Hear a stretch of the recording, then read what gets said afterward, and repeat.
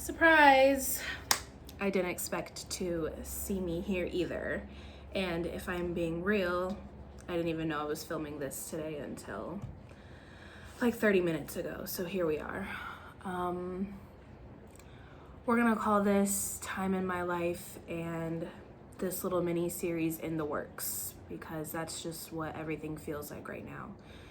Nothing is fully put together, but I guess we can say nothing is completely dead. So that's a positive. It's just, we're in the works and we are trusting God and surrendering and relinquishing control in the realest way we know how.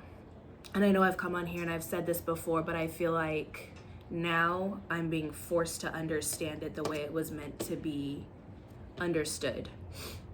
I feel like I've gotten this word to create content and share my stories so many times before, but I wasn't ready at the time. One, because I didn't know God in a real way. Two, I didn't have discernment. So what was meant to be just a seed, I took and I sprinted and I wanted to make it my way. And I thought it was going to be hot gossip and the chit chat and just everything of the world. And in reality, God was like, no, baby. No, that's not what I meant. I still don't know what he means. And yet here we are. I just have this overwhelming feeling to just move. And not like in the past. Now it's a different kind of move. It's a start making the step, start making the change that you know you've been called to do. Stop allowing yourself to take the back seat. Stop talking yourself out of the things that you have been told and that you sat on, because the reason why you're talking yourself out of it and the reason why you're making yourself feel inadequate for it is because the enemy wants to stop you from stepping into something you've been praying for. I've been asking for a long time to step into purpose, to step into something that is so fulfilling. And whether you have seen me from dancing on stage, dancing in classes on YouTube, a podcast, social media, there's just been so many different things that my hand has been on, but it's never felt fully authentic. A lot of the times because I'm helping someone else's brand and I'm pushing their narrative and nothing is really authentic to me.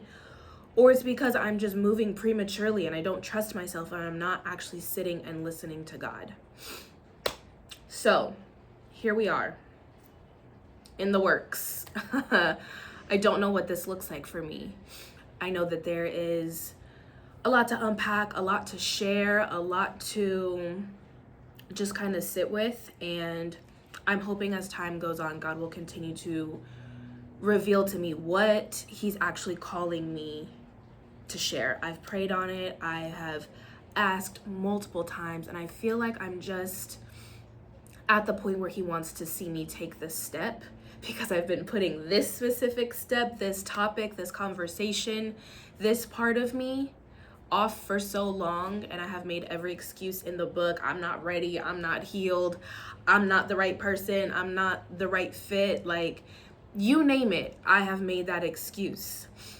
And I'm still kind of feeling that way, but the inverse of feeling a call from God and then ignoring it, baby, that torment is nothing that I can handle. Me and ChatGPT against the world right now. But I asked him, I said, what does it feel like to trust God? It's my homeboy right here. God got me in isolation. So really all I could do is talk to chat right now. But said, sometimes it feels like walking in the dark, but knowing there's a hand holding yours.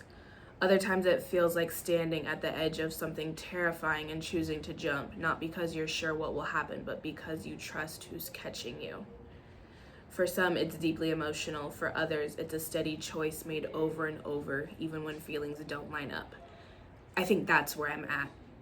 It's a steady choice made over and over, even when feelings don't line up. Sorry, you guys are gonna hear people in the background. This is ghetto, this is impromptu. I ain't got no mic, I ain't got no lighting. I have nothing but me and chat right now. A steady choice made over and over, even when feelings don't line up. nothing in my life is lining up. Lost the career, the finances, the relationship. Thank you, Jesus, that I did not lose this home and my car. This close to losing my mind, but by the grace of God, we're holding on. Oh my gosh, I'm getting emotional. If you know me, you know it's gonna happen at some point, but we're rolling with it because this was not even planned. But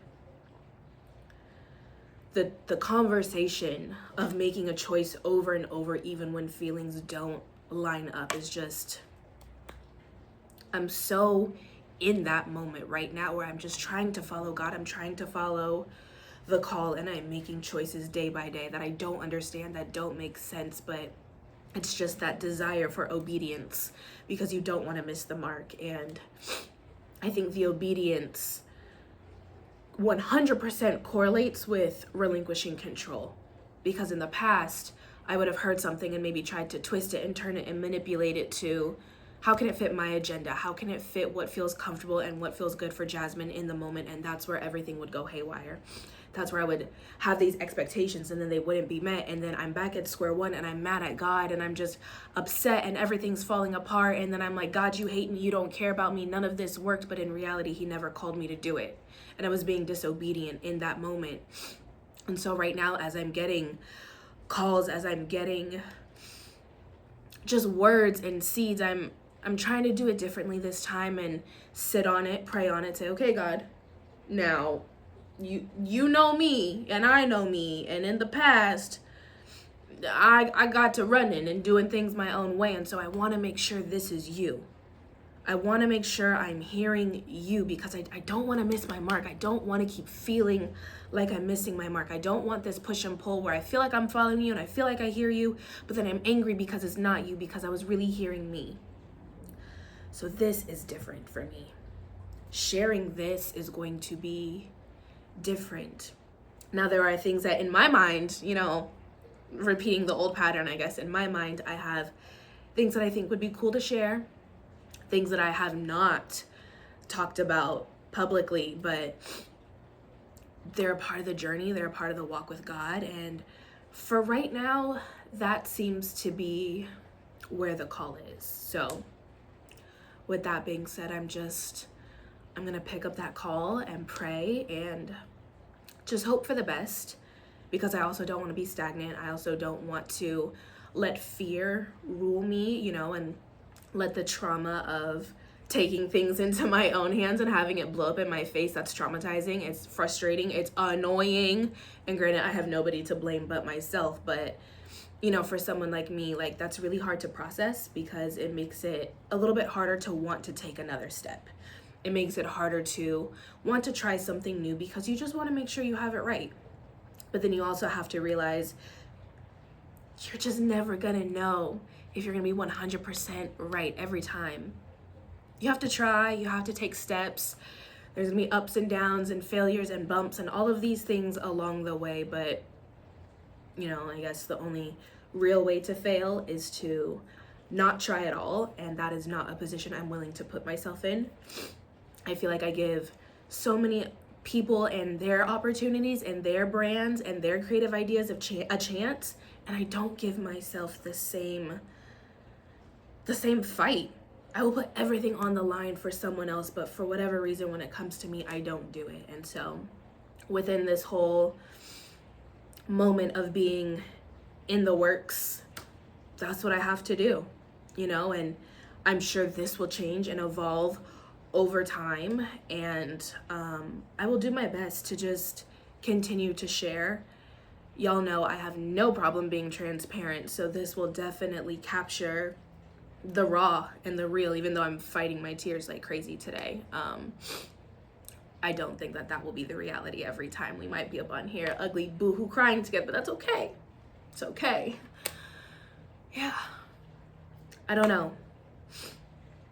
Whew, a steady choice made over and over, even when feelings don't line up. You ate with that one, chat. He talking about do you want to talk about what's making you think about this right now? We'll talk later, chat, because it's deep, it's heavy. That's all we can do. That's all we can do. This walk with God is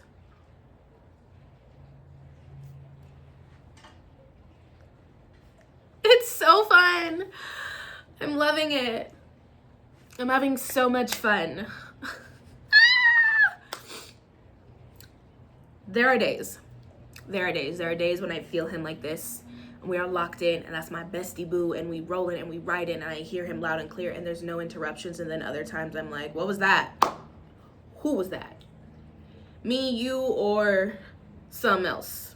I don't know. But we're here. And this chapter, this season, is the first time that it's truly me and God. Me, God in the Bible. Me, God in his word. Because if you know me, you know in the past, she was a little spiritual girly. Tarot cards, crystals, readings. Your girl got convicted of that real bad.